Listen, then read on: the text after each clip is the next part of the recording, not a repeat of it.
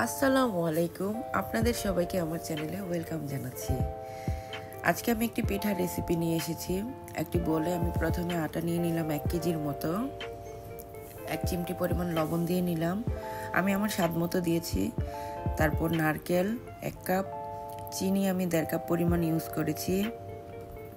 দেন এক এক করে এগুলি আমি মিশিয়ে নিব ভালো করে আটার সাথে। যখন এটা খুব ভালো করে মিশে যাবে, তারপর আমি 1 কেজি আটার জন্য 6টি ডিম ব্যবহার করব। এখানে ডিমগুলি আমি মিশিয়ে নিচ্ছি। ডিম আটার সাথে ভালো করে মিশিয়ে আমি একটি ডো তৈরি করে নিব। আমার ডোটা এমনভাবে তৈরি হতে হবে যাতে করে আমি সুন্দর বেলতে পারি। বেলার সময় যেন ডোটা এমনভাবে তৈরি করব যেন বেলতে গেলে ছিঁড়ে না যায়, কোথাও পাতলা না হয়ে যায়। ওইভাবে করেই করতে হবে। সবাই আমরা কম বেশি ডো কীভাবে তৈরি করতে হয় জানি। যখন ডো তৈরি হয়ে যাবে তখন আমি এই ডোটিকে বেলে নিব এক এক করে।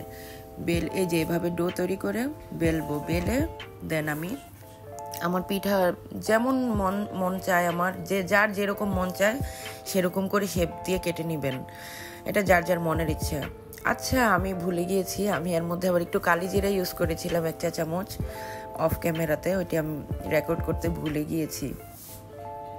আপনাদের যদি মন চায় দিতে পারেন, আমার ইচ্ছে হলো তাই আমি একটু কালি জিরা অ্যাড করে নিলাম। আমার বাসায় সবাই লাইক করে, দ্যাটস ওয়াই আমি দিয়েছি। এখন আমি আমার পিঠা এই শেপে কেটে নিয়েছি। ওইটা অফ ক্যামেরায় কেটে নিয়েছি, একটা দেখাচ্ছি কেটে আপনাদেরকে। আমি ছুরি দিয়ে এভাবে করে কেটে নিয়েছি পিঠা, আমার মন মতো আমি শেপ দিয়ে। পিঠাগুলি কেটে আমি একটা কড়াইতে তেল গরম করে নিব। গরম করে দেন পিঠাগুলি ভেজে নিব এক এক করে বাদামি রং হওয়া পর্যন্ত। এই তো আমার পিঠা কাটা হয়ে গেছে, তেলও গরম হয়ে গেছে। এখন আমি ভেজে নিব এক এক করে পিঠাগুলি। চুলার আঁচ এমনভাবে রাখবো যাতে পিঠা পুড়ে না যায়। মিডিয়াম আঁচে রেখে আমি পিঠাগুলি ভেজে নিব। আসলে এটি একটি সহজ পিঠা, তবে ঘরে যাদের বাচ্চারা আছে বা বিকেলে স্ন্যাক্স হিসেবেও আপনারা খেতে পারেন। আমাদের বাসা সবাই অনেক লাইক করে, তো আমি বানাচ্ছি, ভাবলাম আপনাদের সাথে শেয়ার করি। তো শেয়ার করলাম, টুকিটাকি যাই করি একটু আপনাদের সাথে শেয়ার করি। যদি আপনাদের ভালো লাগে, হয়তো বা কারো কাজেও লাগতে পারে।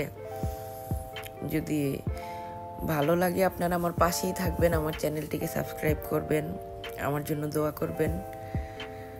এই যে আমার পিঠাগুলি আমি ভেজে নিচ্ছি, বাদামি কালারের হওয়া পর্যন্ত আমি ভাজবো। যখন আমার পিঠাগুলি বাদামি রঙের হয়ে যাবে তখন আমি নামিয়ে নিব। এই যে দেখুন আমার পিঠাটা কেমন হয়েছে, খুব তুলতুলে নরম ক্রিস্পি হয়েছে।